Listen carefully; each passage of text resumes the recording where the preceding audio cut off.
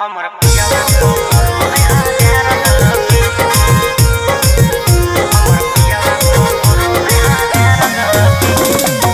Mixed by Ankit Ahir.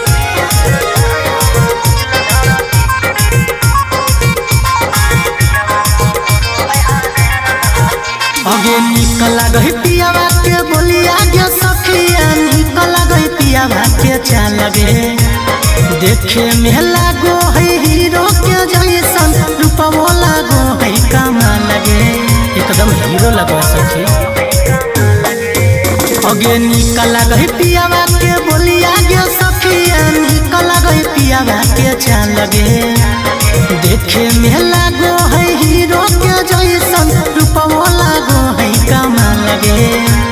सज धज के बहारी निकल बोलनुआ देखो है छोड़ी सब खोल खिड़की अगे जब झारो हकई पीते हकी हमर पियावा पमरो है हजार लड़की देखी दूरिये से जाए हमर दिल धड़की हमर सैया पमरो है हजार लड़की।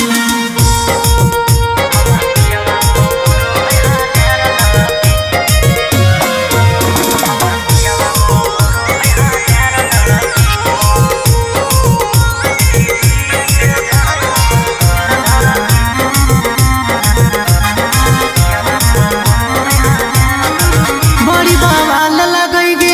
कमाल लगेगे चलो हीरो वाला चाल का धमाल लगेगे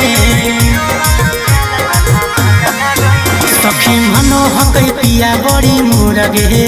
जब थकल आवे दब दिए गुरगे कौनो सौतिनिया नजर लगावे सोची के जाए हमर मन थिरकी अगे जब झारो हकई पीते हकी हमर पियावा पमरो है हजार लड़की देखी दूरिये से जाए हमर दिल धड़की हमर सैया पमरो है हजार लड़की।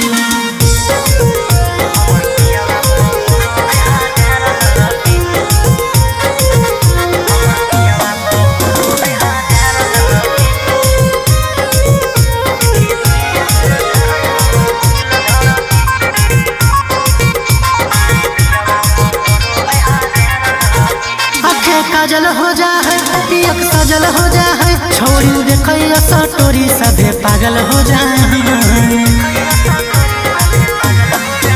सब पटावे ले फेको हकई जा लगे कौनो छोड़ी के गलो है नहीं जा लगे